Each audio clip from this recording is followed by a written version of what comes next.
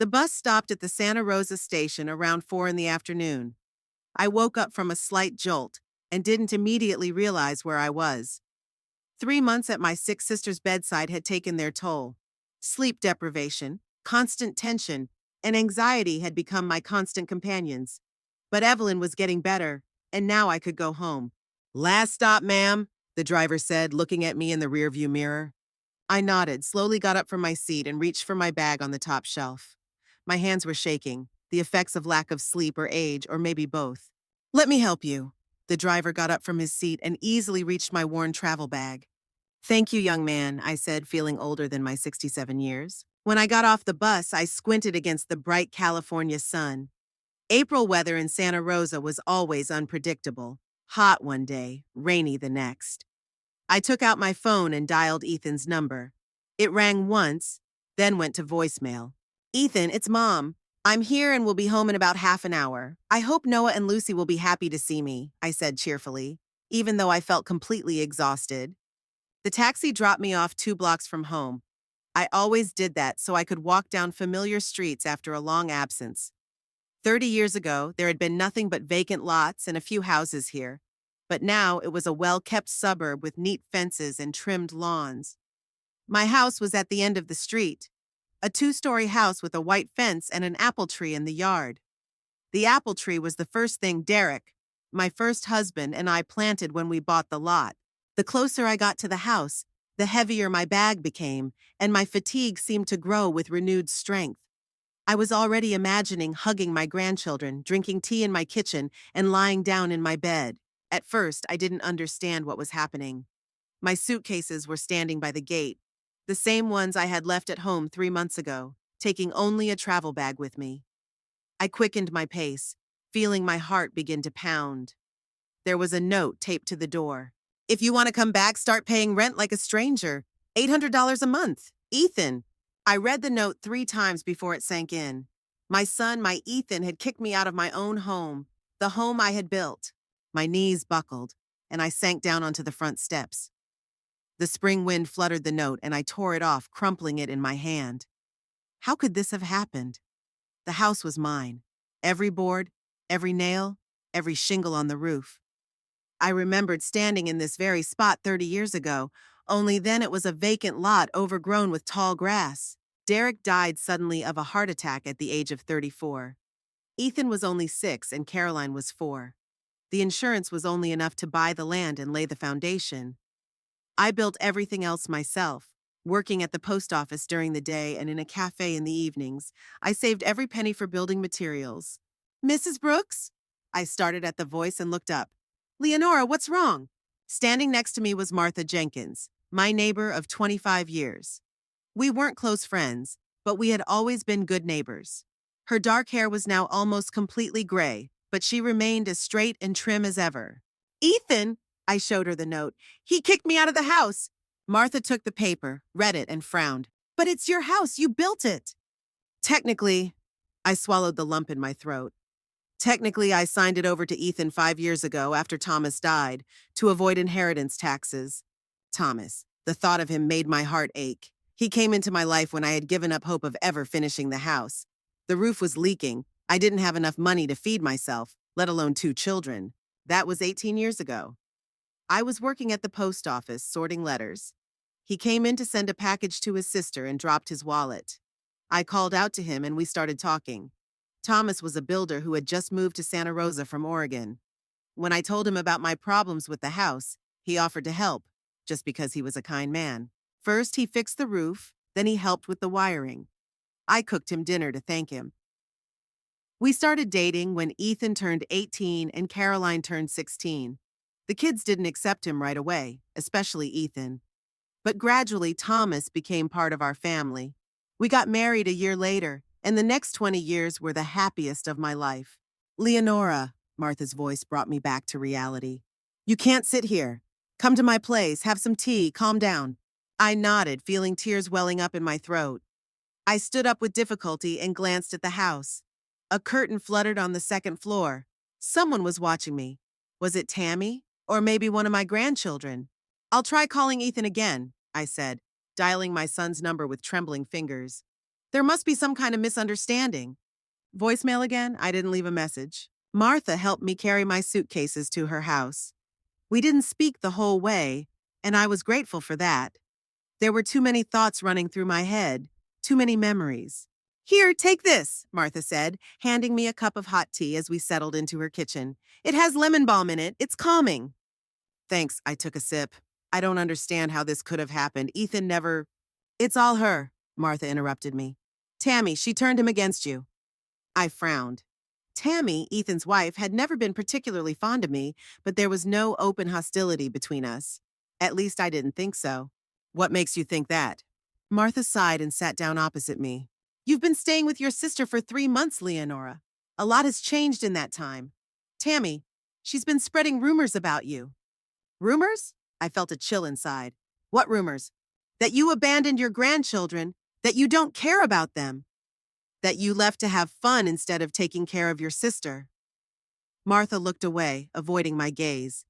That you're a selfish mother who never really cared about her children. The cup trembled in my hands, and I set it down on the table so as not to spill the tea.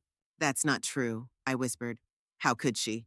I remembered how I worked 2 jobs to feed my children, how I denied myself everything so that they would have everything they needed, how I built this damn house, mixing cement and carrying bricks myself because I couldn't afford to hire workers. And then Thomas came along. Not only did he help finish the house, but he gave me a new lease on life. With him, I learned to smile again, to feel like a woman again, not just a single mother exhausted by work and worries. I always thought Tammy was just cold, Martha continued, but in the last few months, she's shown her true colors. You know, she even forbade her grandchildren from mentioning you at home. Noah and Lucy? My heart sank at the thought of my grandchildren. How are they? Lucy is still doing ballet. Noah, he's become withdrawn. He used to come over often to help me in the garden, but now… Martha shook her head. Tammy keeps them under her thumb. I tried calling Ethan again, no answer. Maybe we should call Caroline, Martha suggested. She's always been smarter than her brother. Caroline, my daughter, lived in Portland with her husband and 3 children. We talked regularly, but in the last month we lost touch. She had a difficult pregnancy, and the doctors put her on bed rest. I don't want to bother her. She has enough problems of her own. I shook my head. No, I have to deal with Ethan myself. Martha nodded and stood up. You can stay with me as long as you need. The guest room is always available. Thank you, but I hope this misunderstanding will be resolved quickly. I tried to smile, but it didn't come out very convincing. I spent the evening unpacking my things in Martha's guest room. Among my clothes, I found a photo album. Ethan must have put it in my suitcase with the rest of my things. I opened it, and the first thing I saw was a photo of Thomas and me standing in front of our newly completed house. I'm holding the keys, and he's hugging me around the shoulders. We're both smiling, happy, and tired. It was our dream to finish building the house and create a real family home. Thomas put not only his hands and skills into this house, but also his soul. Every corner held a piece of his warmth, and now I've been kicked out of my own home. The home I started building on my own and finished with Thomas. The home where we were happy for 20 years, until cancer took him 5 years ago. After Thomas died, I did transfer the house to Ethan. The lawyer said it would be easier with inheritance taxes. But I never thought my son would use it to kick me out. The documents included a clause giving me lifetime right of residence. I insisted on that myself. Did Ethan forget about it, or did he just decide to ignore it? I flipped through the pages of the album, and memories came flooding back. There were Ethan and Caroline, very young, playing in the yard of our unfinished house. There was Thomas teaching teenage Ethan how to work with wood. They were making shelves for the living room together. There was our wedding, a modest ceremony in the city park. There was the birth of Noah, our first grandchild. Tears fell onto the plastic pages of the album, and I quickly wiped them away. I needed to collect my thoughts and figure out what to do next. Tomorrow I would try to talk to Ethan in person. Maybe it was some kind of ridiculous mistake. Maybe Tammy had written the note without his knowledge. I wanted to believe that, but a voice inside me told me that something had changed and that my son was no longer the person I had raised. I hardly slept that night. I tossed and turned in bed, thinking about the past and wondering about the future. What would happen if Ethan really kicked me out of the house? Where would I go? My pension was barely enough to pay for medicine and food. Renting an apartment was out of the question. The morning brought new worries. I called Ethan again, and again to no avail. Resigned to the fact that there would be no conversation today, I decided to at least try to see my grandchildren. Noah should have been at school, and Lucy usually had ballet after lunch. Are you sure that's a good idea? Martha asked when I shared my plans with her over breakfast. Tammy might be home. I have to try, I said firmly. They're my grandchildren and I have a right to see them. Martha just sighed but didn't argue. Around 10 o'clock, I approached my house. Now my former house, as bitter as it was to admit. The suitcases were gone from the gate. They must have been brought inside. I stood there for a few minutes, gathering my courage before ringing the doorbell. No one answered, although I could clearly see movement behind the curtain. I rang again, then knocked. Silence. Tammy, I know you're home, I said loudly. I need to talk to you. The door flew open, and my sister-in-law appeared in the doorway, a tall blonde with cold blue eyes. She was beautiful in that cold, aloof way that had always repelled me. What do you want? Her voice was hostile without the slightest hint of respect. I want to know what's going on, I said, trying to sound calm. Why are my things out on the street? Ask Ethan, Tammy said, crossing her arms over her chest. It's his decision. I've been trying to call him since I got here, I said, feeling myself getting angry. He's not answering his phone. He's busy, Tammy snapped. He has a job, unlike some people. I took a deep breath, trying to calm down. Arguing with my sister-in-law wouldn't do any good. It would only make things worse. Can I at least see my grandchildren? I asked, softening my tone. I miss them. They're at school. Tammy began to close the door. And they have a lot to do after class. Homework, clubs. Wait, I held out my hand, preventing her from closing the door.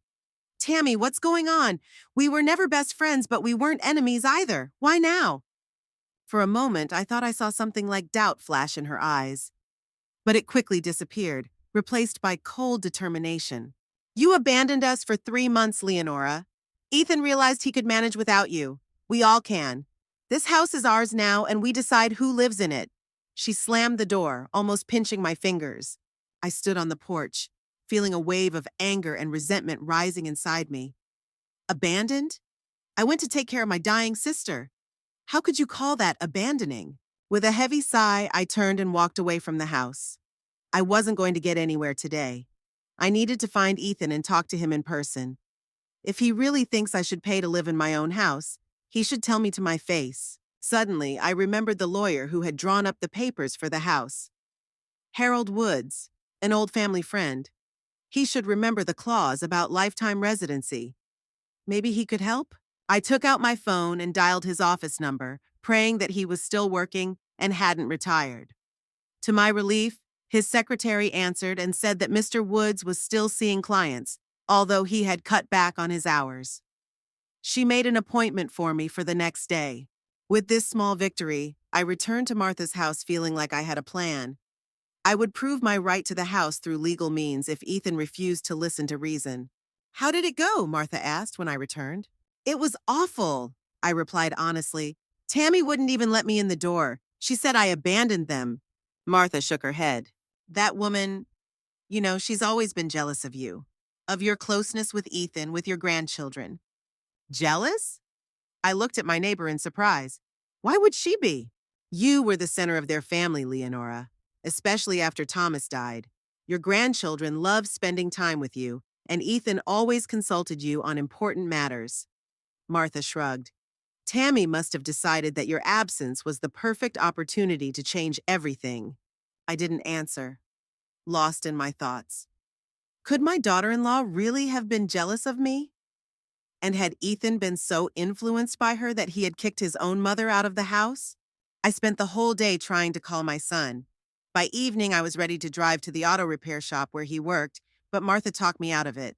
Don't make a scene at his work, she said. Wait until tomorrow's meeting with the lawyer. Maybe everything will work out easier than you think. I nodded, even though I was boiling inside with hurt and confusion. How could my own son do this to me? Had he forgotten everything I had done for him? That night I dreamed about Thomas. He was standing on the porch of our house, reaching out to me. Don't give up, Leo, he said, using his affectionate nickname for me. This is our home, our fortress. Fight for it. I woke up with the first rays of the sun, feeling strangely calm. Whatever happened, I would manage. I had survived the death of my first husband at the age of 32, been left alone with two small children, built a house from scratch, found the strength to love again, and survived a second loss. I would manage this too. The morning began with a phone call. I didn't immediately realize where I was. I had become too accustomed to waking up in my sister's room over the past 3 months. An unfamiliar ceiling, a strange bed, and then the memories came flooding back. Suitcases by the door, a note from Ethan, Tammy's cold stare. "Hello?" I said hoarsely without looking at the phone screen. "Mrs. Drake? This is Lisa, Mr. Wood's secretary.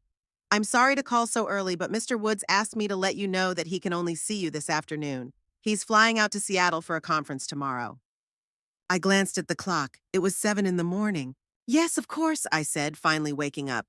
"What time should I come? Would 2 o'clock be okay?" Lisa's voice sounded professionally polite. "Yes, thank you." I hung up and sat down on the bed. My plan for the day formed itself. First, try to talk to my grandchildren again, then meet with the lawyer, and then with Ethan. Today I would get answers, no matter what. Martha was already preparing breakfast in the kitchen when I came downstairs. "Good morning," she smiled. "How did you sleep in your new place?" "Not very well," I admitted honestly.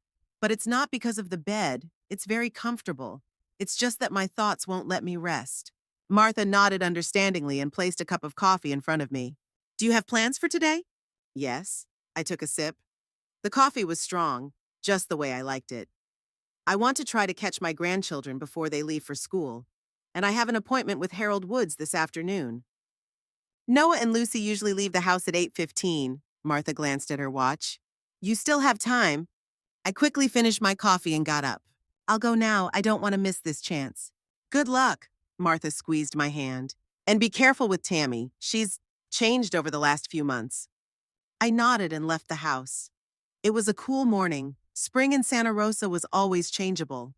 I threw on a light jacket and headed for the house I had considered my home until recently. This time I didn't go up to the front door. Instead, I took up a position by the gate where I had a good view of both the house and the road to the school. From here, my grandchildren couldn't possibly miss me. The minutes dragged by agonizingly slowly. I shifted from one foot to the other, glancing at my watch. 8:15, 8:20. Maybe they had already left? Or had Tammy decided to drive them today? Finally, the door opened and 3 people came out onto the porch.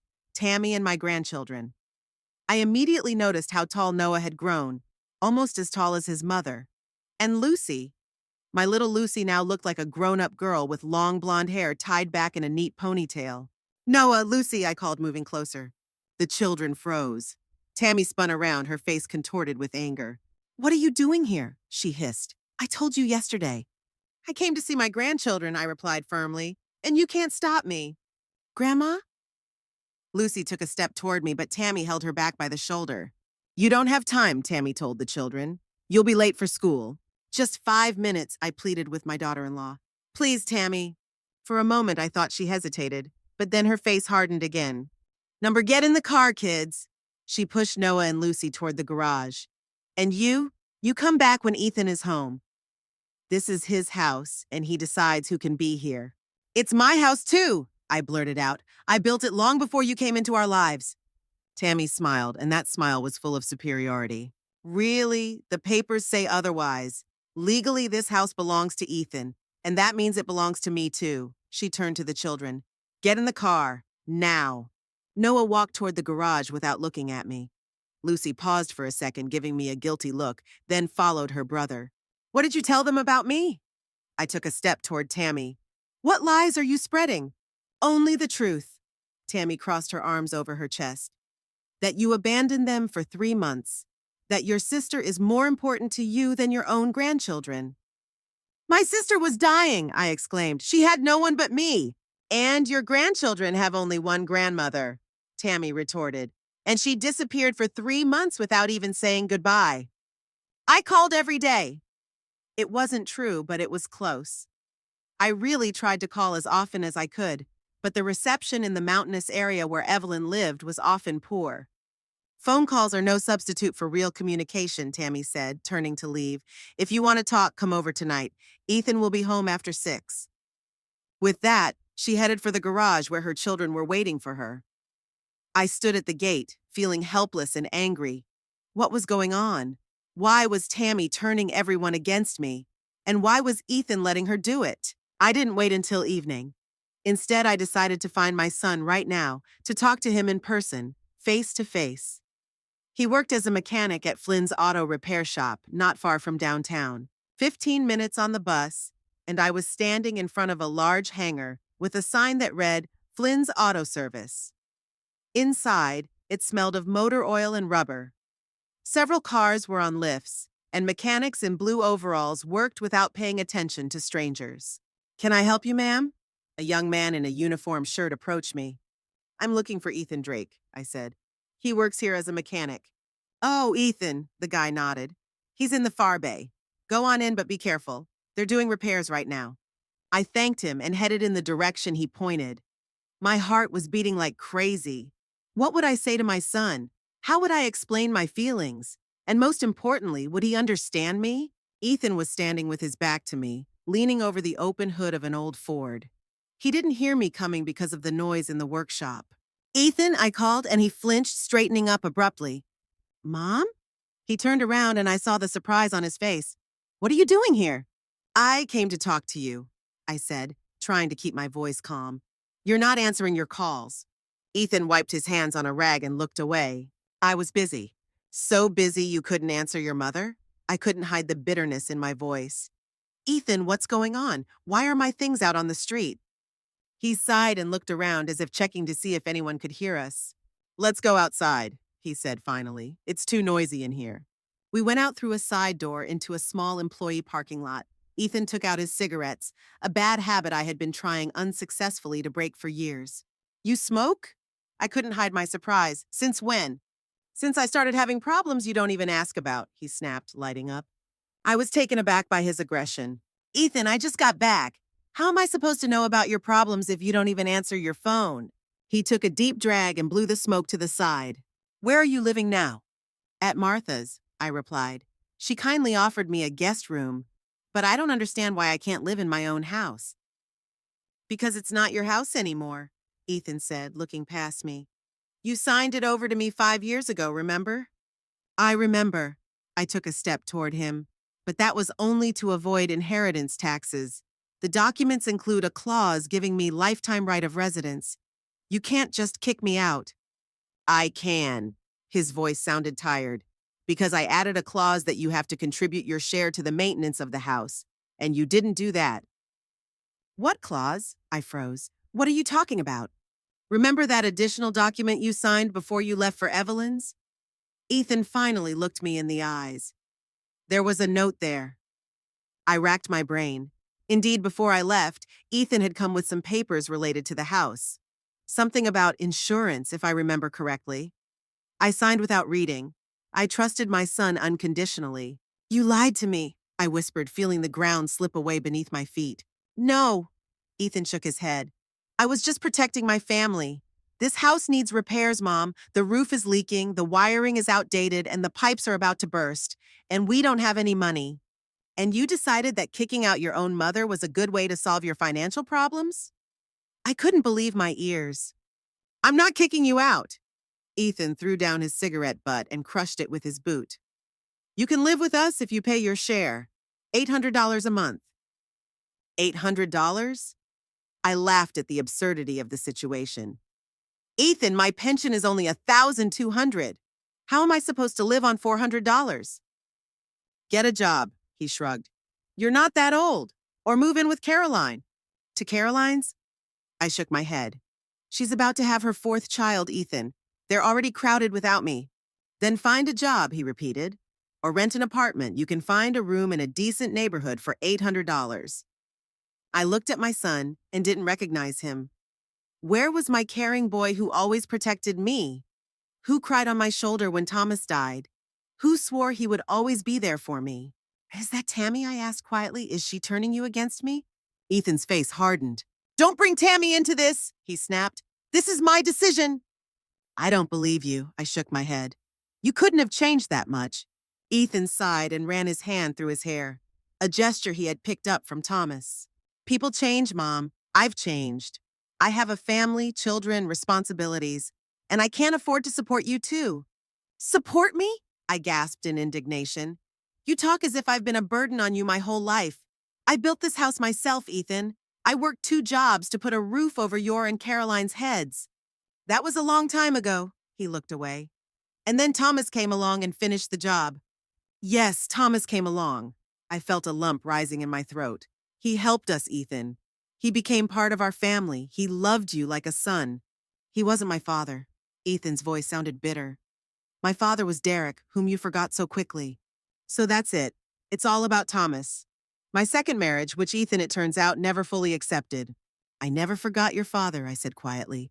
But I had a right to happiness, Ethan, and Thomas gave it to me. And I have a right to do what I want with my house, he snapped. And I've decided that you can live in it only if you pay for it. So this is final? I looked at my son, trying to see the boy I had raised, but standing before me was a stranger. Yes, Ethan nodded. $800 a month or find another place to live. What about your grandchildren? I asked. I have the right to see them. Of course, Ethan shrugged. You can come visit them. Just call ahead when Tammy and I aren't home. When you're not home? I couldn't believe my ears. Are you saying I can only see my own grandchildren when you're not there? It's better for everyone. Ethan glanced at his watch. I have to get back to work. Make up your mind, Mom. $800 or another place to live. With that, he turned and walked back into the workshop, leaving me alone in the parking lot. I stood there, feeling everything inside me tighten with pain and confusion. How did we get to this? How could my son turn into this person? I mechanically took out my phone and looked at the time. I still had 3 hours before my meeting with Harold Woods. What should I do in the meantime? Where should I go? I wandered down the street, not really paying attention to where I was going. My thoughts were jumbled, forming a painful knot.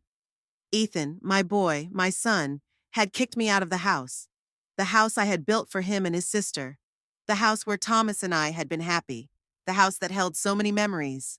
Without realizing it, I came to a small park where Thomas and I often walked in the evenings.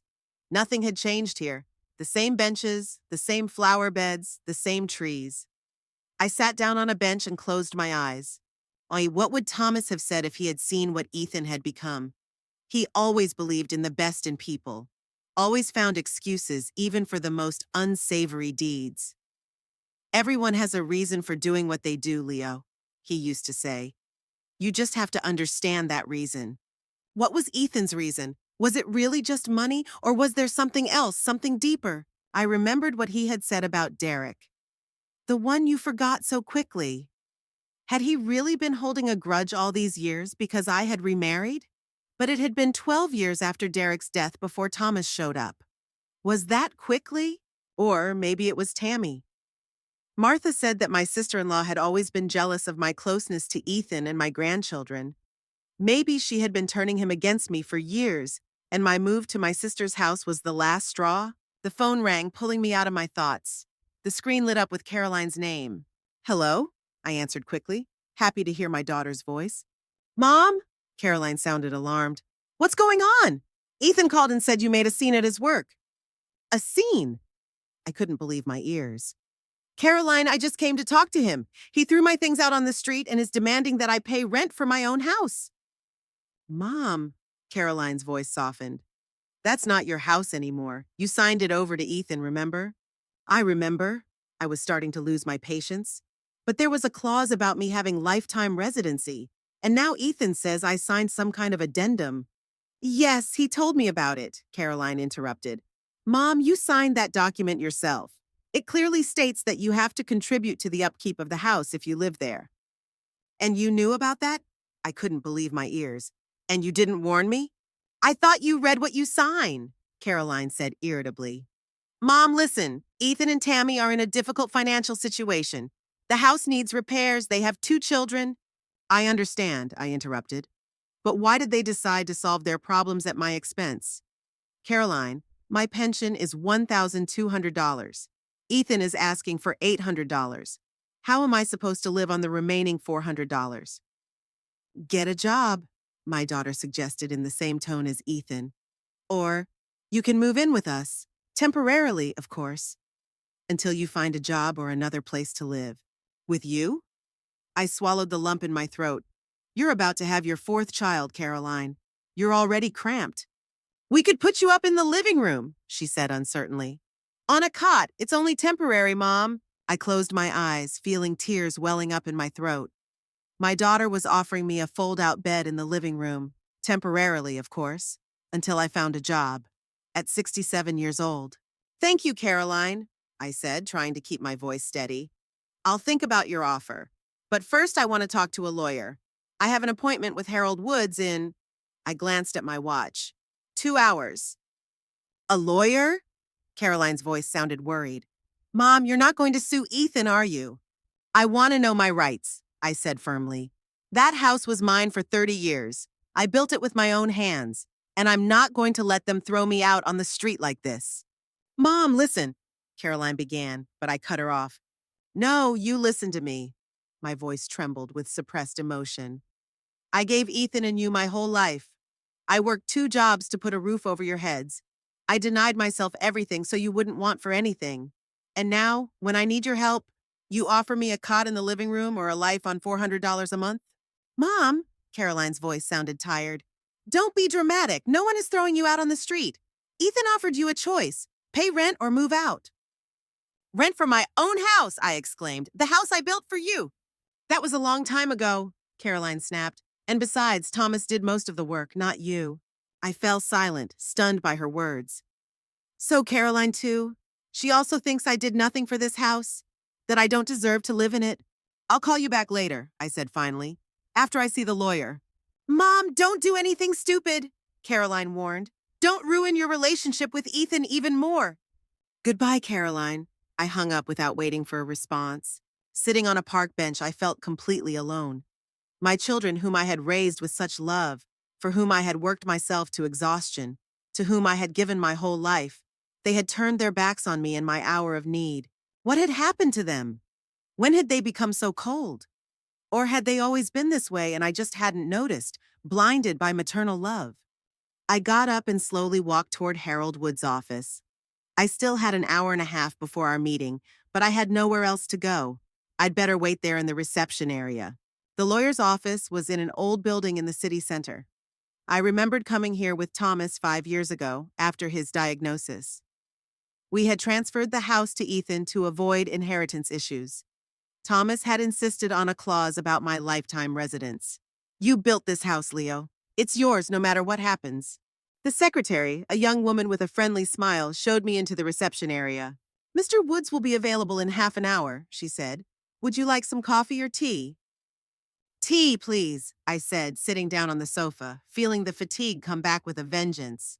While I waited, my thoughts kept returning to my conversation with Ethan and Caroline's phone call. How could my children do this to me? How could they forget everything I had done for them? Once again, the image of Thomas appeared before my eyes, his kind smile, his strong hands, his calm voice. Don't judge them too harshly, Leo, he seemed to say. They have their own problems, their own worries, they're just confused. But even Thomas couldn't justify what they had done. Kicking their own mother out of the house she had built. That was beyond the pale. Mrs. Drake? The secretary's voice snapped me out of my reverie. Mr. Woods is ready to see you. I got up and went to the lawyer's office, hoping he could help me find a way out of this situation, hoping that justice still existed in this world. Harold Woods had changed in the 5 years since I'd seen him. His hair had turned completely gray, and deep wrinkles had appeared around his eyes and mouth. But his gaze remained the same, sharp and attentive. Leonora, he stood up from behind his desk, greeting me. I'm glad to see you, although the circumstances, it seems, are not the most pleasant. Hello, Harold? I shook his hand and sat down in the chair across from the desk. Yes, the circumstances are complicated. Lisa said it concerns your house. Woods returned to his seat and folded his hands on the table. The one you transferred to your son 5 years ago? Yes, I nodded. Ethan threw my things out on the street and is demanding that I pay rent for the place. $800 a month. Woods frowned and opened a desk drawer, taking out a folder. These are copies of the documents we drew up at the time, he said, leafing through the pages. It clearly states your lifetime right to live in the house, with no additional conditions. Ethan says I signed some kind of addendum before I left to stay with my sister. I leaned forward. Something about contributing my share of the household expenses. An addendum? Woods raised his eyebrows. Do you remember what you signed? I racked my brain, trying to remember that day. Ethan had come home with some papers and said it was for the house insurance. Not really, I admitted. Ethan said it was something to do with insurance. I signed it without reading it. I trusted my son. Woods shook his head. Leonora, you should have read what you were signing. If that clause was indeed included and your signature is on it, then it is legally binding. So I actually have to pay rent for my own home? I couldn't believe my ears. If you sign such a document, then yes. Woods took off his glasses and rubbed his nose. But I'd like to take a look at that document. There may be some nuances. I don't have it, I shook my head. Ethan must have it. I can request a copy, Woods put his glasses back on. But I'll need your official permission to do so. Of course, I nodded. Do whatever you think is necessary. Woods took a form out of his desk and began filling it out, asking me questions from time to time. When the formalities were complete, he leaned back in his chair and looked at me seriously. Leonora, I have to warn you. Even if we find some violations in that document, a lawsuit against your own son is difficult. Emotionally difficult. Are you sure you're ready for that? I thought about it. Was I ready to take Ethan to court? My boy, whom I had raised with so much love, to whom I had given so much of my energy and time? I don't know, I admitted honestly. But I know one thing, I can't let them just throw me out of the home I built. It's not fair.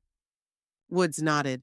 I understand, and I'll do everything I can to help you, but be prepared for this to take some time. How long? I asked. Harold, I have nowhere to live. I'm staying with a neighbor, but it's only temporary. A few weeks, maybe a month. Woods looked at me sympathetically. Legal proceedings aren't quick, you know. I sighed and nodded. I know, it's just, I was hoping it would be resolved more quickly. I'll try to expedite the process. Woods stood up, signaling that the meeting was coming to an end. But first, I need to see the document your son mentioned. I stood up too, feeling strangely drained. Thank you, Harold. I appreciate your help. You're welcome, Leonora, he said, walking me to the door. I'll be in touch as soon as I know anything. Leaving the lawyer's office, I didn't know where to go. I didn't want to go back to Martha's. She was kind to me, of course, but I felt like a burden. I couldn't go to Ethan either, not after today's conversation. I decided to just walk around town and collect my thoughts. Santa Rosa had changed in the 3 months I had been away.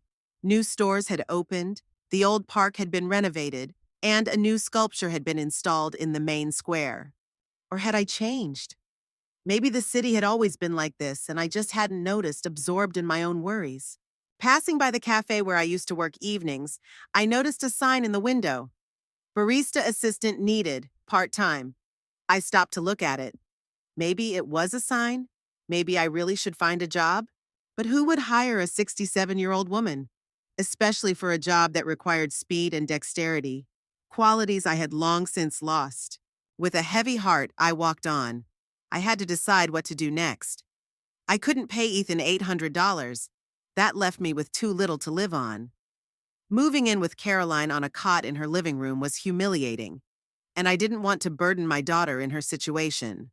All that was left was to find a job and a place to live. But what kind of job could I find at my age? And how much does it cost to rent a room in Santa Rosa these days? Lost in these gloomy thoughts, I didn't notice how I had reached my now former home. Standing at the gate, I looked at the familiar facade, the apple tree in the yard, the swing that Thomas had made for Noah.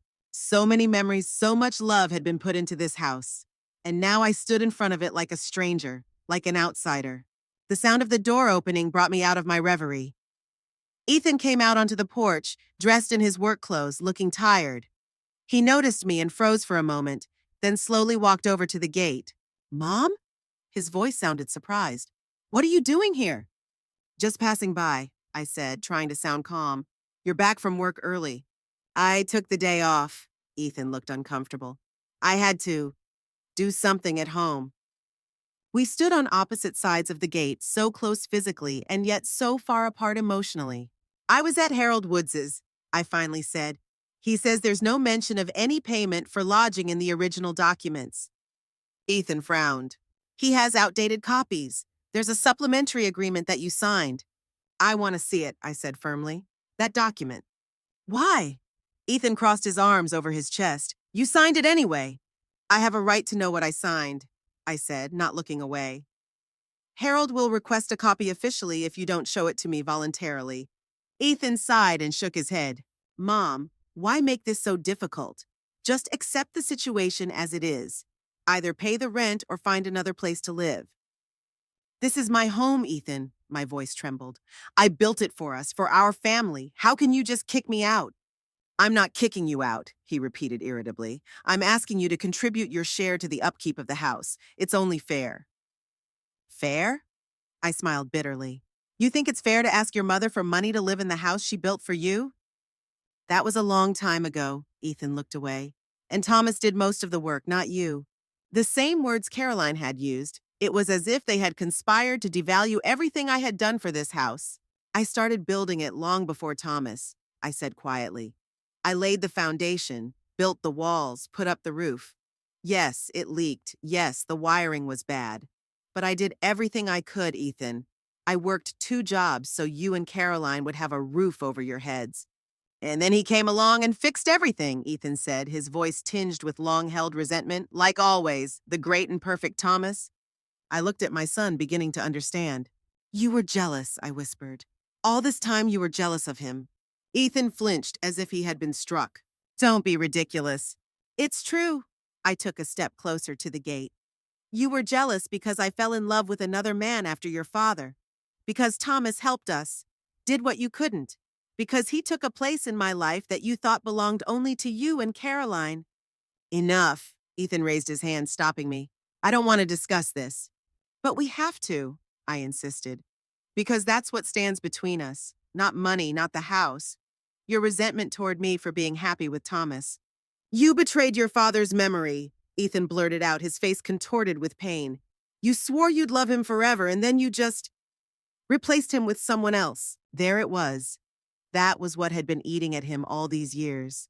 No wonder Tammy had been able to turn him against me so easily. She had found his weak spot, the wound that had never healed. I didn't replace Derek, I said softly. No one could replace him. He was my first love, the father of my children. But life goes on, Ethan, and I had a right to be happy. What about us? Ethan's voice sounded like a little boy who had lost his father. Did you think about us when you brought a stranger into our home? Of course I did. I swallowed the lump in my throat. I thought you'd be better off with a man in the house, with someone who could teach you things I couldn't, who could fix things I couldn't, who could love you the way a father would. He wasn't my father, Ethan repeated stubbornly, and he never would have been. No, I agreed. But he loved you, Ethan, and you loved him, even though you were afraid to admit it. Ethan turned away and I saw his shoulders tense. It doesn't matter. That's all in the past. We're in a different situation now. He looked at me again. Either you pay the rent or you find another place to live. That's my final decision. I looked at my son, the man I had raised with so much love, and didn't recognize him.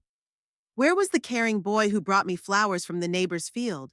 Where was the teenager who helped Thomas build the porch, grumbling but never refusing? Where was the young man who cried on my shoulder when he found out about Thomas's diagnosis? $800 or another place to live, Ethan repeated, seeing my silence. Decide, Mom. I took a deep breath, gathering my strength. I'm not going to pay rent on my own house, I said firmly, and I won't let you kick me out. I'm going to fight for my rights, Ethan, even if it means going to court. Ethan's face changed, becoming hard and unfamiliar. Do what you think is best, he said coldly, but don't complain later that I cut ties with you. You already did that, I replied quietly, the moment you threw my things out on the street. With that, I turned and walked away from the house, from my son, from the past that had suddenly shattered into pieces. Looking for a job at 67 turned out to be harder than I had expected.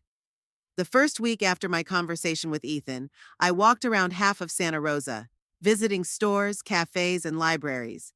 Everywhere I went, people smiled politely, took my resume, and promised to call back. No one ever did.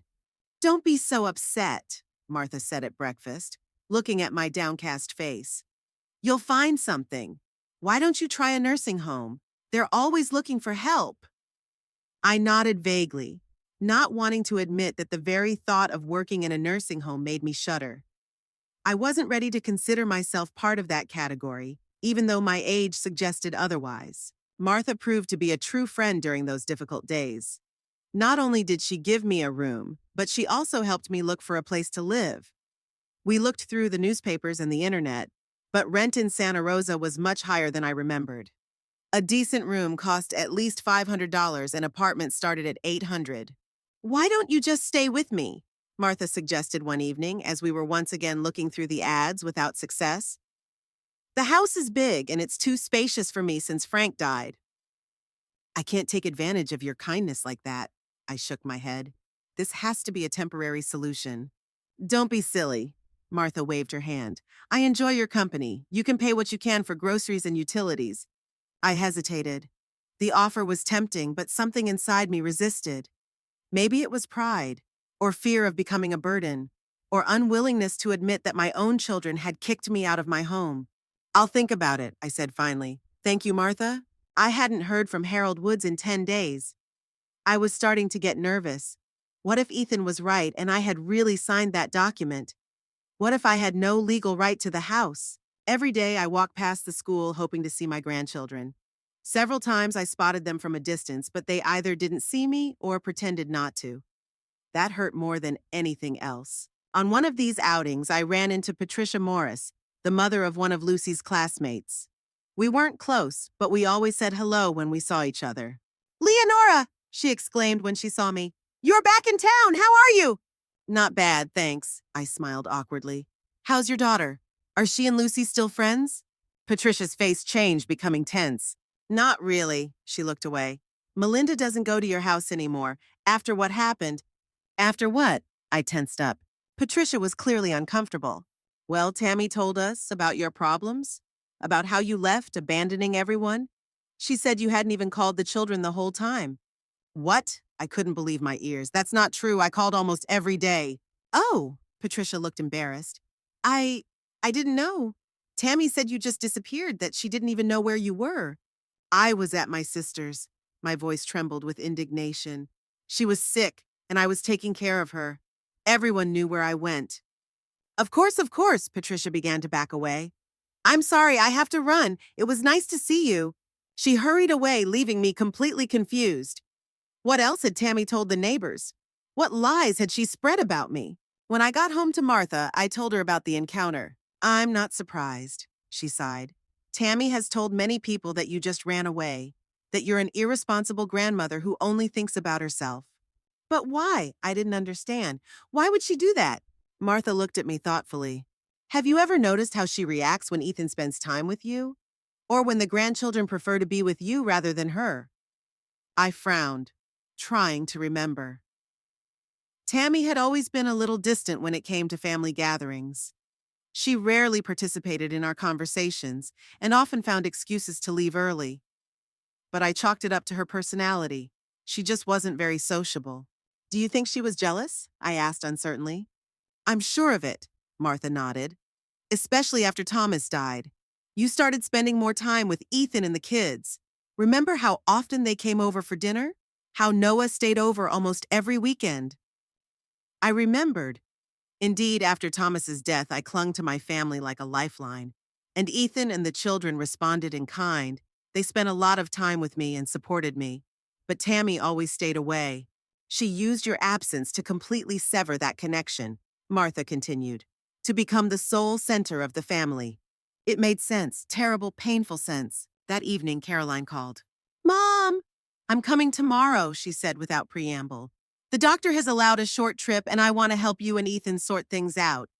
You shouldn't do that, I objected, although my heart was already singing with joy. You need peace and quiet in your condition.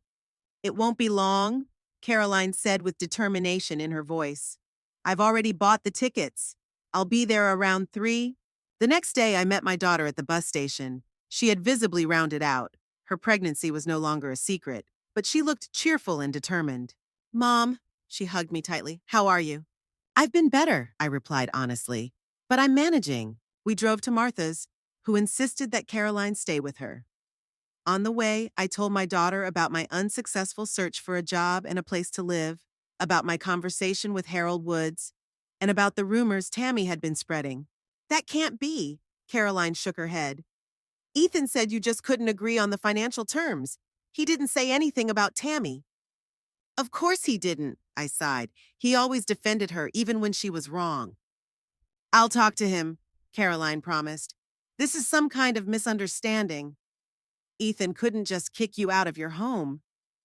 But he could, and he did. Caroline went to see her brother right after lunch. I stayed with Martha, pacing nervously around the room and glancing at the clock. My daughter didn't come back until dinner, and I could tell from her face that the conversation hadn't gone well. He's adamant, Caroline said, sinking wearily onto the sofa. He says you signed the document for the rent yourself. Did he show you the document? I asked, trying to keep the tremor out of my voice. No, Caroline shook her head. He said it's with his lawyer. Convenient, Martha remarked, placing a cup of tea in front of Caroline. I don't understand. Caroline looked confused. Ethan has always been so caring. What happened to him? Tammy, I replied curtly. She turned him against me.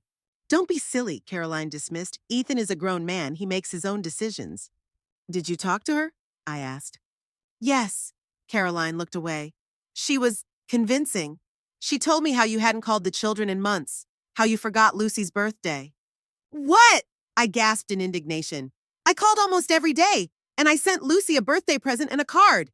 She says nothing came. Caroline looked at me doubtfully. Mom, I don't know who to believe. I couldn't believe my ears. My daughter, my Caroline, was questioning my words and believing Tammy, whom she had known for only a few years. You must have a record of your calls on your phone, Martha suddenly suggested. Show them to Caroline. I took out my phone and opened the call history. There were dozens of calls to Ethan's number, most of them lasting between 5 and 15 minutes. Here, I handed the phone to my daughter. I talked to the kids. Sometimes Ethan didn't answer, but most of the time we talked. Caroline studied the list carefully, and her face changed. But Tammy said, she stopped, not finishing her sentence. Tammy is lying, I said firmly. She's doing everything she can to destroy my relationship with Ethan and my grandchildren. At that moment, my phone rang. The screen displayed the name Harold Woods. Hello? I answered, feeling my heart begin to beat faster. Leonora, good evening. The lawyer's voice sounded serious. I have news about your case. I received a copy of the document your son mentioned. And? I held my breath. Indeed, there is a clause about payment for accommodation, Woods said slowly. But there's a problem. The signature, it doesn't look quite like yours. What do you mean? I tensed up. I'm no expert, but comparing it to your previous signatures on documents I have. Woods paused. I think it may be forged. We can request an expert opinion, but that would require filing a formal lawsuit. Fake? I couldn't believe it. You think Ethan forged my signature? I don't know who did it, Woods replied cautiously. But the signature raises questions. Do you want to proceed with the investigation? I looked at Caroline, who was listening intently to my side of the conversation. Yes, I said firmly. I want to know the truth. After the call, I relayed the lawyer's words to Caroline. She looked shaken. It can't be, she repeated. Ethan couldn't have done that. What if he didn't? Martha asked quietly. What if it was Tammy? We all fell silent, considering the possibility. What if Tammy had forged my signature? What if she had been behind the attempts to drive me out of the house all along? I need to talk to Ethan again, Caroline said, rising resolutely. But it's too late now. Tomorrow morning, I'll go to him and demand to see that document.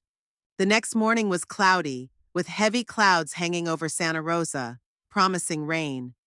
My mood matched the weather. I had hardly slept all night, thinking about Wood's words. Could my own children have forged documents to drive me out of my home? After Caroline left, I felt a strange sense of relief. Her visit had not brought the reconciliation I had hoped for. Ethan remained adamant and did not show me the documents. But something had changed. Maybe I had finally accepted the situation for what it was. Maybe I was just tired of the endless turmoil. Either way, it was time to move on. What are you going to do? Martha asked at breakfast when I told her my decision to stay in Santa Rosa. Look for a job, I replied confidently. I can't live off you forever. You're not living off me, Martha objected.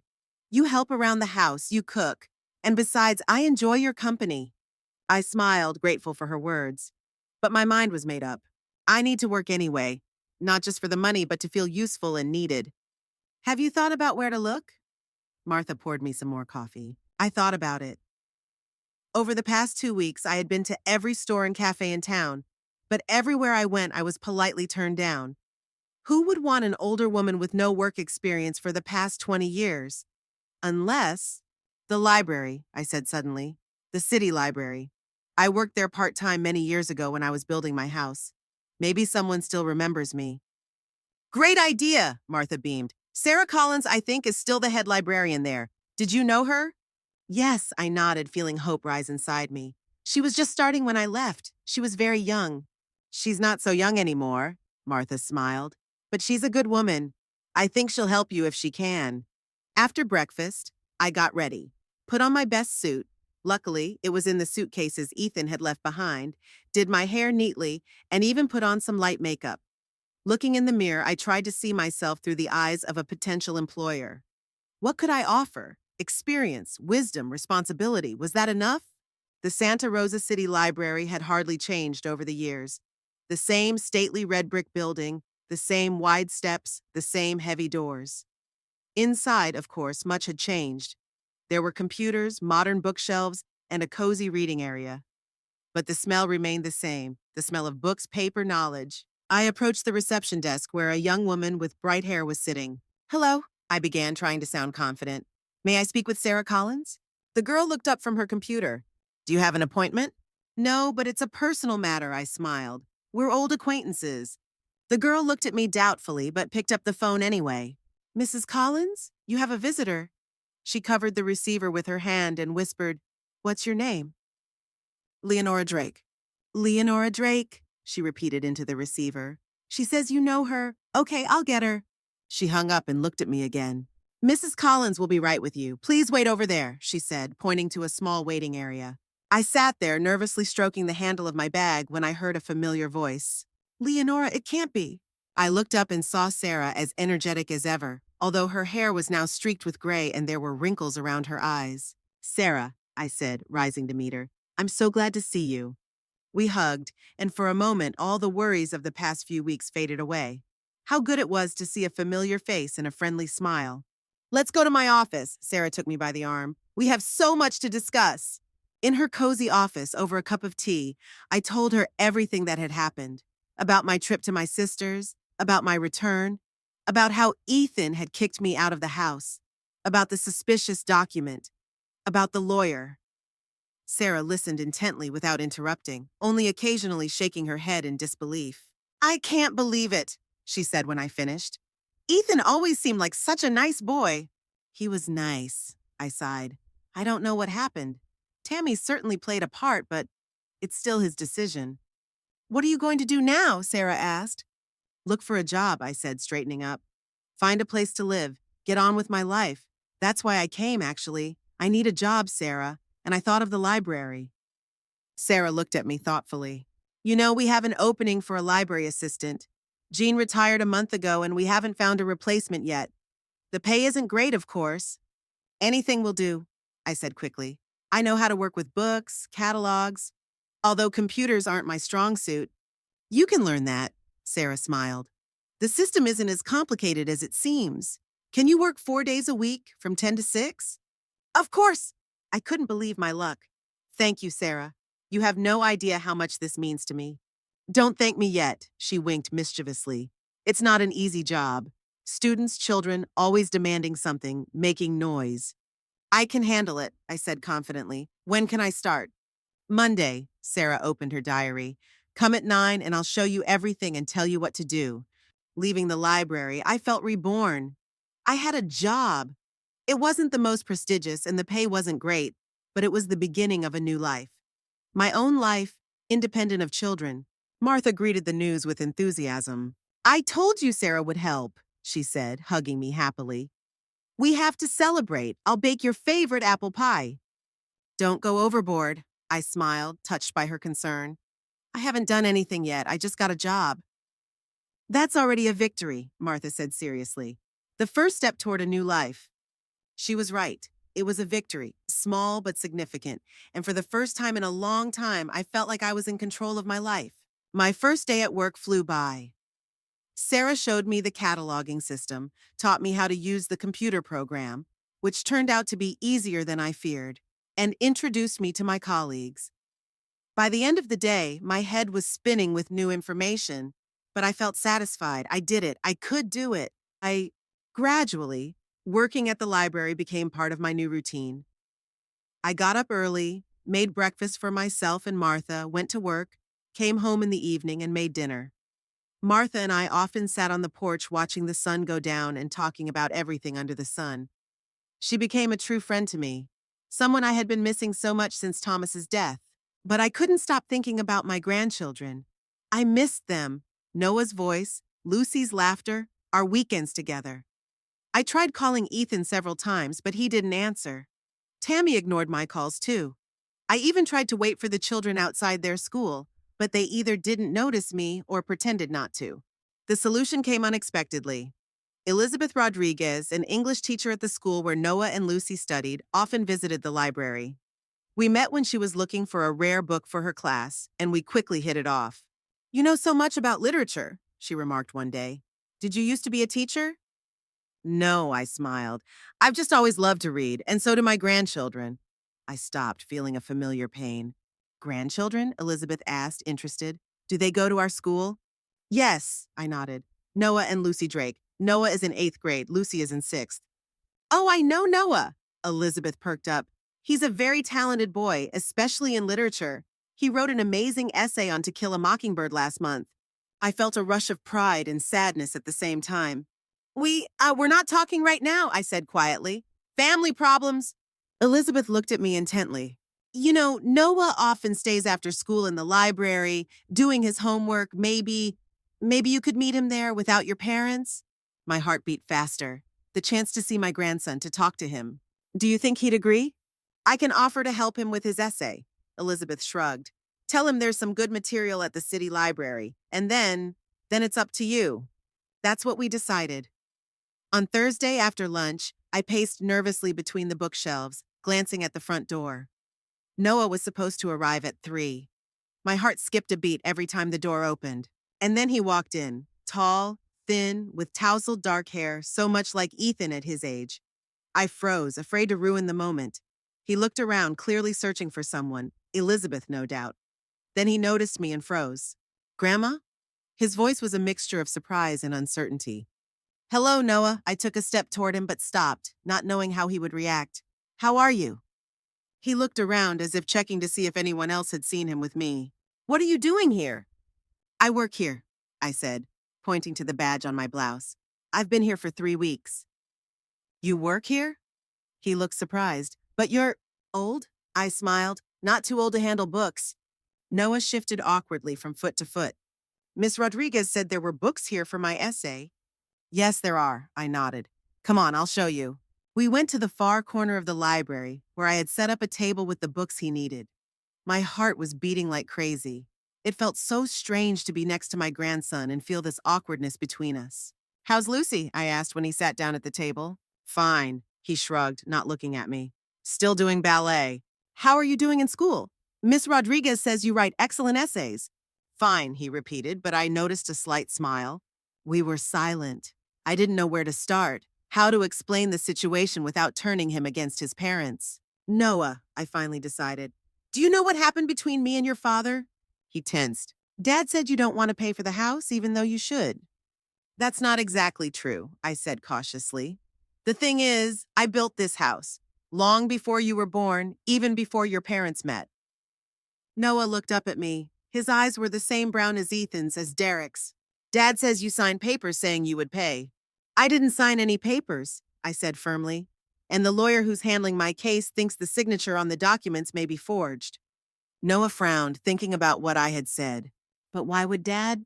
"I don't know," I replied honestly. "Maybe he's having financial problems, or—" I faltered, not wanting to turn my grandson against his mother. "Or Mom," he finished quietly. "She never loved you." I looked at him in surprise. "You noticed?" "It's hard not to," he shrugged. She always gets angry when Dad talks about you, and when you called, she often didn't let us talk to you. She said we were busy. My suspicions were confirmed. Tammy was deliberately trying to ruin my relationship with my grandchildren. Noah, I touched his hand gently. I never wanted to lose touch with you. You and Lucy are the most precious things I have. He didn't pull his hand away, and I took that as a small victory. And there's more. He became uncertain again. I found some old albums in the attic with photos. There's you and Dad when he was little, and another man. A Thomas, I smiled, remembering. My second husband, your grandfather, though not by blood. Mom took all his photos out of the house, Noah said. But I remember him. He made me wooden toys. Yes, he was an excellent carpenter. I felt a lump rising in my throat. He loved you, Noah, very much. I remember when he died, Noah said quietly. You were so upset, and then everything changed. Yes, I sighed. Everything changed. We sat in the library for almost 2 hours. I told Noah about how I met Thomas, how he helped finish building the house, how happy we were together. I told him about his grandfather Derek, whom he never knew. I told him how hard it was after he died, how I worked 2 jobs to feed Ethan and Caroline, how I started building the house myself. I didn't know, Noah repeated. Dad never told me. It hurt him to remember, I said, trying to defend my son. He loved his father very much, and it was hard for him to accept Thomas. Like Lucy with Dad's new boss, Noah nodded knowingly. She hates him, even though he's a decent guy. Dad changed jobs? I asked in surprise. He's not at the auto shop anymore? No, not for 2 months now. Noah shrugged. Now he works for a construction company. They pay more, but there's more work. He's rarely home now. This was news to me. Ethan had always loved his job as a mechanic and said he would never trade it for any other. What made him change careers? Money? How does your mom feel about his new job? I asked cautiously. At first, she was happy that he was making more money. Noah shrugged again. But now she's angry that he's never home. They fight about it a lot. Interesting. Maybe Ethan's family really does have financial problems? But that didn't justify what he did to me. Noah, I have to get back to work, I said, glancing regretfully at my watch. But I'm so glad we talked. Me too, he smiled unexpectedly, openly, childishly. Can I come back? Of course, my heart sang with joy. I'm here every day except Wednesday and Sunday. Cool, he gathered his books. I'll tell Lucy I saw you. She misses you too. Really? I couldn't hold back a smile. Tell her I love her very much. And you too. I will, he said, suddenly hugging me quickly and then pulling away, embarrassed by his own impulse. Bye, Grandma. See you, Noah. I watched him leave, feeling hope blossom in my heart. It was only the first step, but what an important one. Noah didn't blindly believe his parents' words. He searched for the truth, found old photos, asked questions, and now he knew my side of the story. Returning home to Martha, I felt elated. I had a job, a roof over my head, and now hope for a restored relationship with my grandchildren. For the first time in a long time, the future didn't seem bleak. My meetings with Noah at the library became regular. Twice a week he came after school, supposedly to work on school projects. We talked, I helped him with his homework, and told him stories about our family. Gradually, the ice of mistrust melted.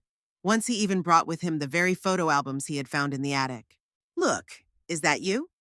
He pointed to a photo of a young woman in overalls standing on an unfinished roof. Yes, I smiled, remembering that day. I was 35. I was roofing the house myself because we didn't have enough money to hire roofers. What's this place? He turned the page to a photo of a small wooden building. That's Thomas's workshop, I said, tracing the photo with my finger. He built it in the far corner of the yard. He said every craftsman needs his own refuge. It's still there, Noah nodded. Only now Dad keeps his garden tools and junk in it. I sighed. Thomas would have been upset to know that his workshop had been turned into a storage room.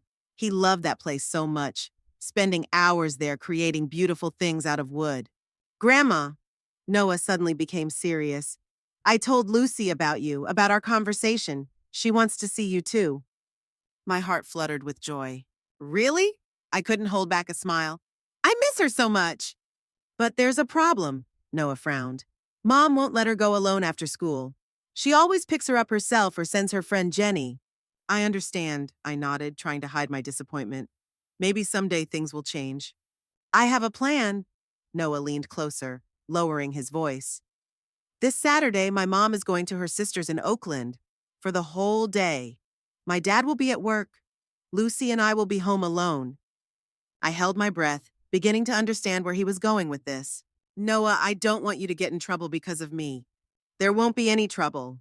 He shook his head stubbornly, looking so much like Ethan at his age. We'll just say we're going to the mall, but we'll come to your place. You still live with Mrs. Jenkins, right? Yes, I hesitated. But Noah, if your mom finds out, she won't, he said confidently. We'll be careful, and it's not fair that she won't let us see you. You're our grandmother. I looked at my grandson, feeling both proud and anxious. He was willing to go against his parents' wishes for me. It was touching, but also frightening. All right, I finally said. But promise me that if anything goes wrong, you'll call me right away. I don't want you to get into trouble. I promise, he beamed. We'll be there around 10 in the morning. Lucy will be so happy. On Saturday, I woke up before dawn. I was too excited to sleep.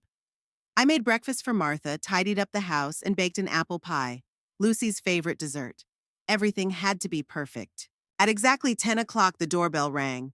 I opened the door and saw them, Noah, tall and serious, and Lucy, my little Lucy, who had grown so much over the past few months.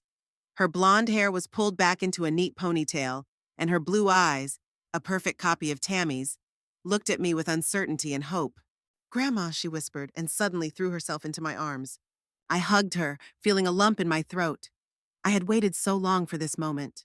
Lucy, sweetheart, I stroked her hair, how I missed you. Martha tactfully excused herself to her neighbor, leaving us alone. We settled in the living room and I cut the pie.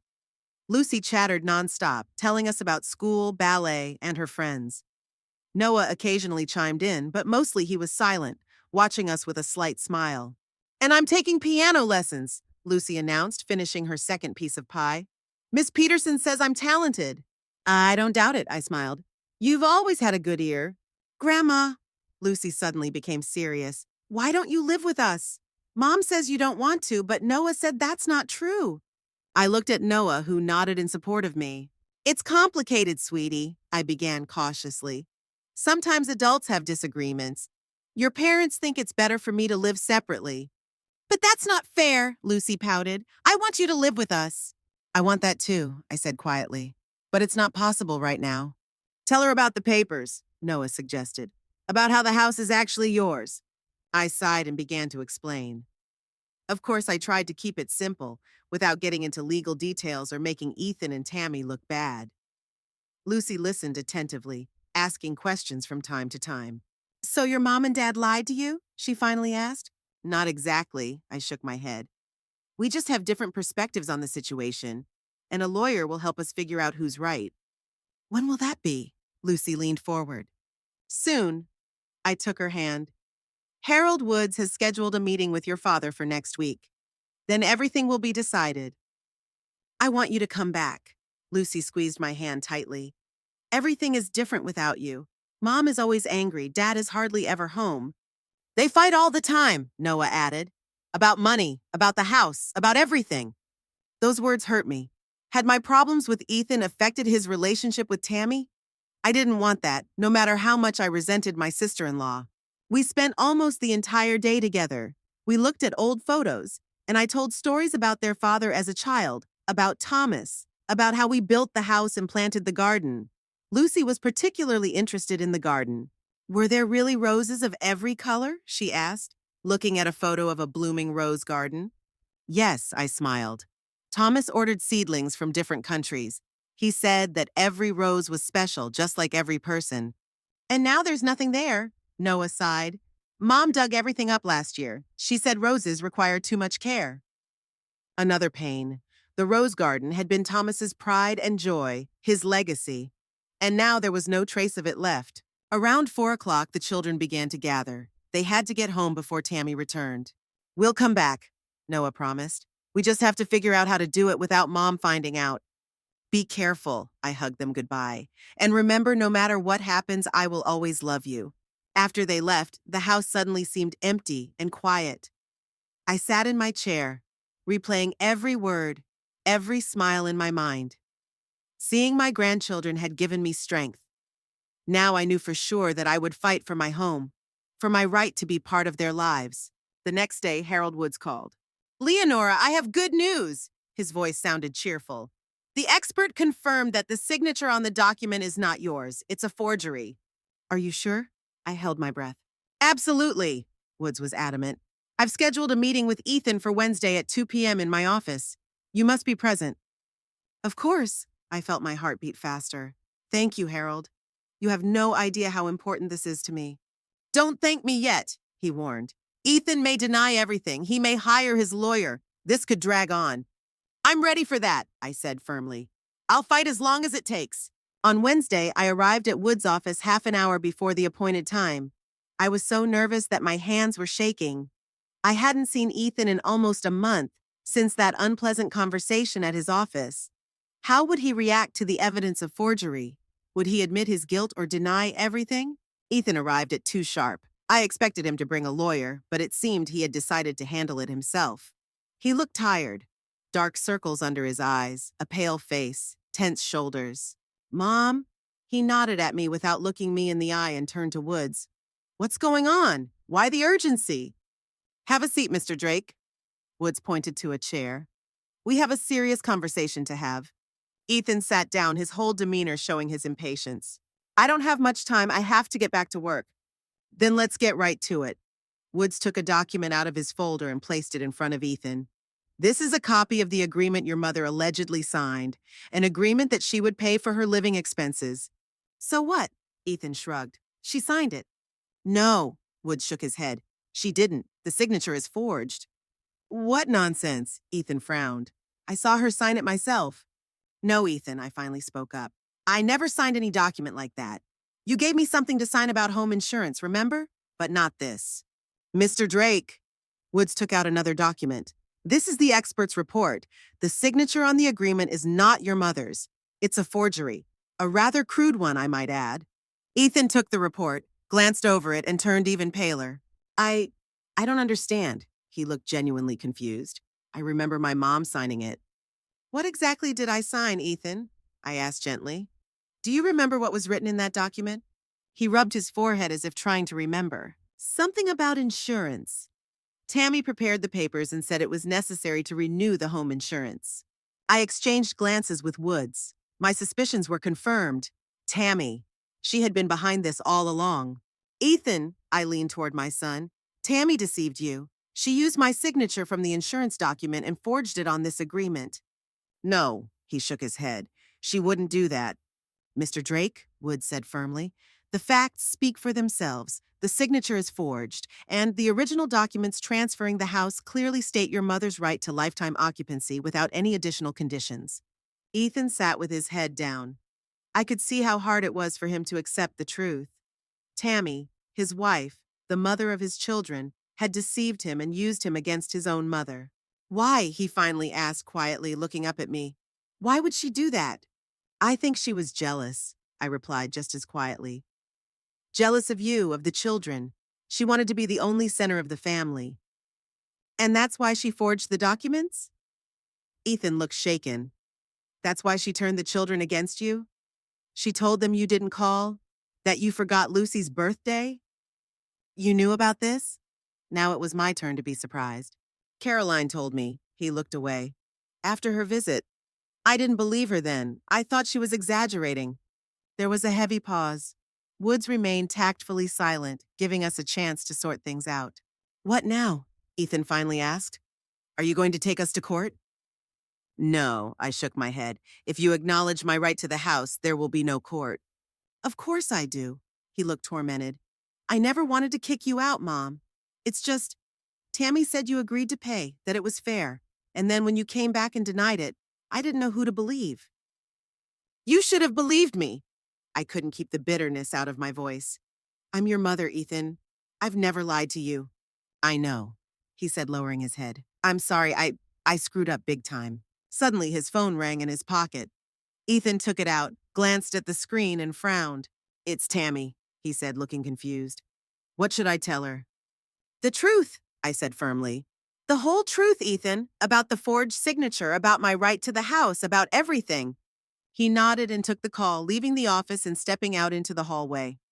Woods and I waited, exchanging anxious glances. Ethan returned 5 minutes later, even paler but determined.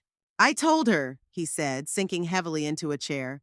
She denies everything, says you signed voluntarily, but I don't believe her, not after the expert's report. What are you going to do? I asked cautiously. I don't know, he admitted honestly. But first I want you to come home. This is your home, Mom. You built it. You have every right to live here. I felt tears welling up in my eyes. Finally, my son understood the mistake he had made. Thank you, Ethan, I said, reaching out and squeezing his hand. But I'm not sure going back is a good idea. Tammy will have to accept it, he said firmly. Or, he trailed off, but I knew what he was going to say. Or she'll have to leave. Don't make any rash decisions, I shook my head. She's the mother of your children, Ethan. No matter what she does, the kids love her. And they love you too, he smiled weakly. Noah and Lucy missed you so much, especially after Tammy forbade them to see you. I didn't tell him that I had already seen my grandchildren. I didn't want to cause them any problems. Listen, I suddenly remembered what Noah had told me. What if I live in Thomas's workshop? You said it's still standing? In the workshop? Ethan frowned. But that's just a little shack at the end of the property. It doesn't even have heating. It can be fixed up, I said, getting excited about the idea. We can put in heat and electricity. It'll be my own little house. I'll be close to you, but we'll each have our own space. Ethan thought about it, biting his lip, a habit he'd had since childhood when he was thinking about a difficult problem. It could work, he finally said. But you need a proper place to live, Mom, not some extension in the garden. I like the idea, I insisted. Thomas loved that workshop. He would have wanted it to be used again, not just a storage room for garden tools. Ethan sighed. Okay, I'll think about it, but first I need to talk to Tammy and the kids. Of course, I nodded. The decision has to work for everyone. We left Wood's office together. Outside, Ethan suddenly stopped and turned to me. Mom, he looked embarrassed. I have to ask, all this time you've been living with Martha, how did you manage, financially, I mean? I found a job, I smiled, seeing his surprise. At the city library, I work 4 days a week as a library assistant. You're working? He looked ashamed. I thought Caroline and I talked about you needing to find a job, but we didn't think you could. Because I'm old? I grinned. I'm 67, Ethan, not 97. I'm perfectly capable of working. I'm sorry, he shook his head. I was such an idiot. You were, I agreed. But I hope you won't be anymore. We parted on that note, not entirely reconciled, but taking the first step toward it. Ethan promised to talk to Tammy and the kids and let me know what they decided. I had to wait 3 days, 3 long days of hope and fear. What if Tammy convinced Ethan to turn against me again? What if she found a new way to get me out of the house? On the 4th day, Ethan called. Mom? His voice sounded tired. We talked, all of us, me, Tammy, the kids. And I held my breath. Tammy admitted she forged your signature, he said slowly. She said she did it because she was afraid of losing the house. We have financial problems, Mom. Serious ones. I owe the bank and they're threatening to take the house. My God, I gasped. Why didn't you tell me? I could have helped. How? He smiled bitterly. You're on a pittance yourself and I couldn't ask you. My pride wouldn't let me. Stupid pride, I muttered. We're family, Ethan. Family should help each other. I know, he sighed. I know now. Anyway, we've decided. If you still want to, you can move into the workshop.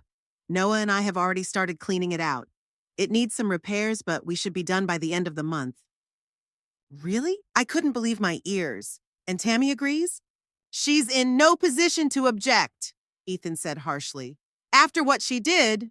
But yes, she agreed. And the kids are thrilled, especially Lucy. She keeps asking when you're coming. Oh, Ethan, I couldn't hold back the tears of joy. Thank you so much.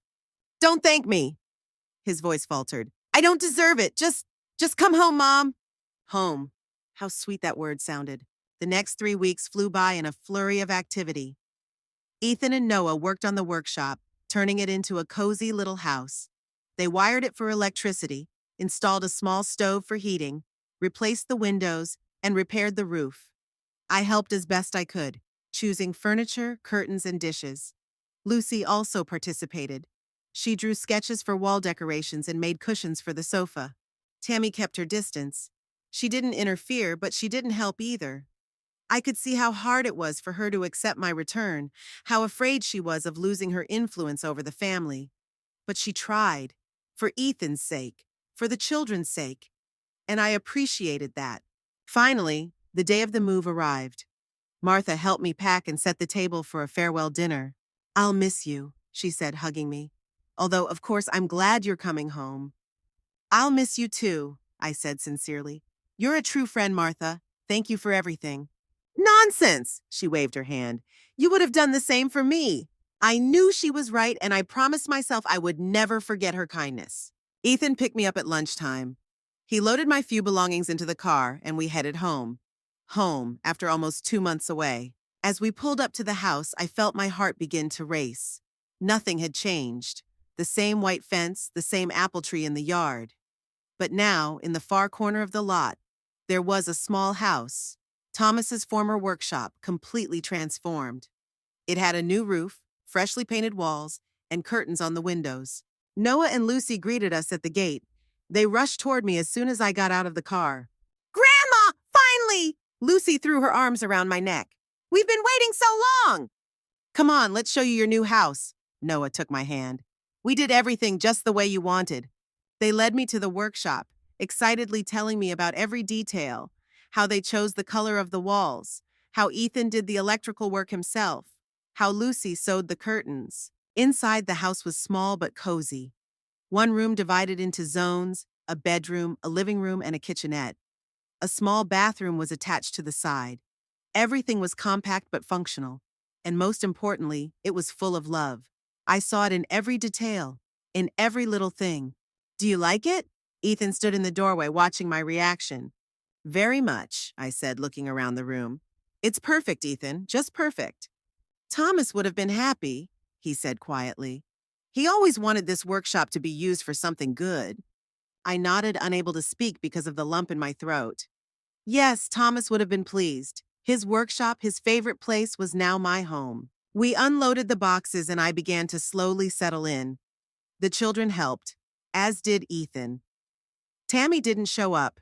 She probably needed time to get used to the new situation. I didn't rush things. It was enough that I was back with my grandchildren, back on my own land. In the evening, when the children had gone to dinner in the main house and I was alone in my new home, there was a knock at the door.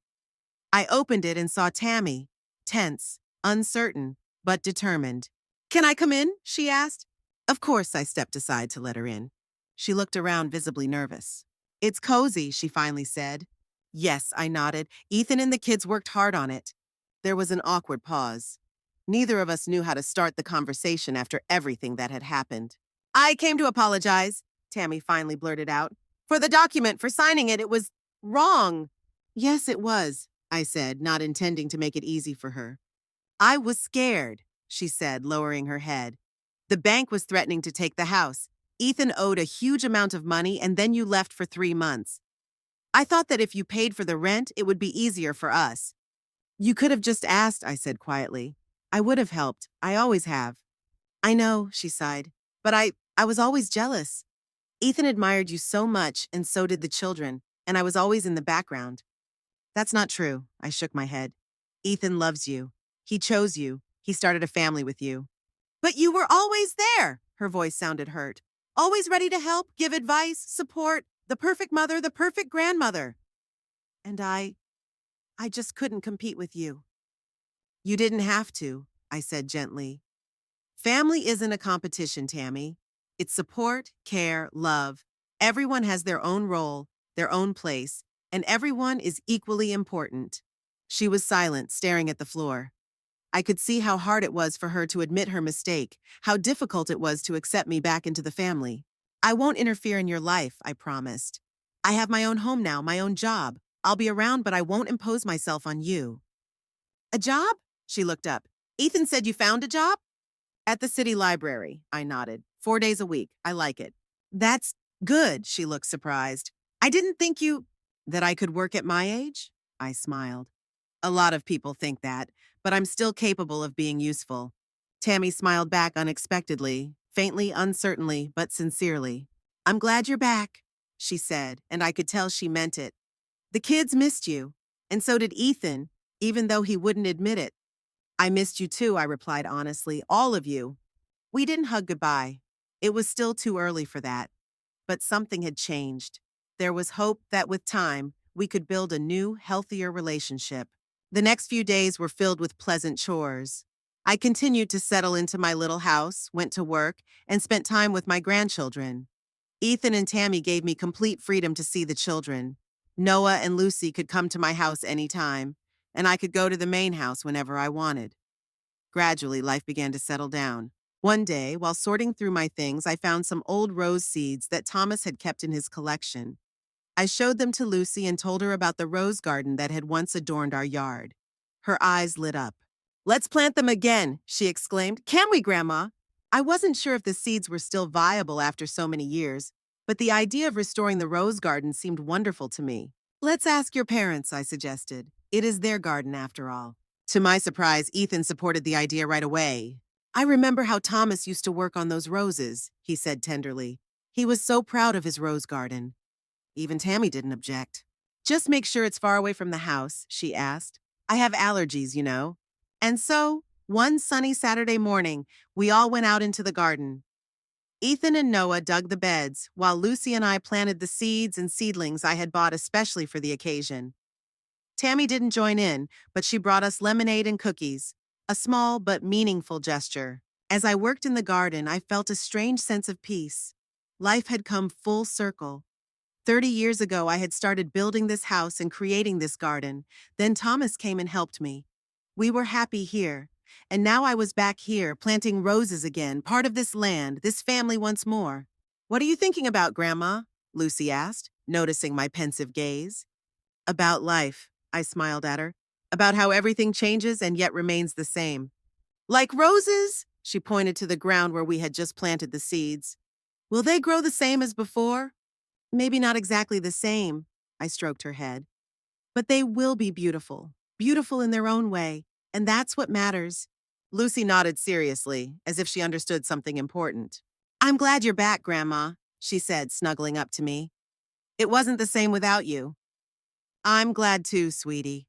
I hugged her, looking over her head at Ethan and Noah working together, at my little house in the corner of the garden, at the ground that was once again accepting rose seeds.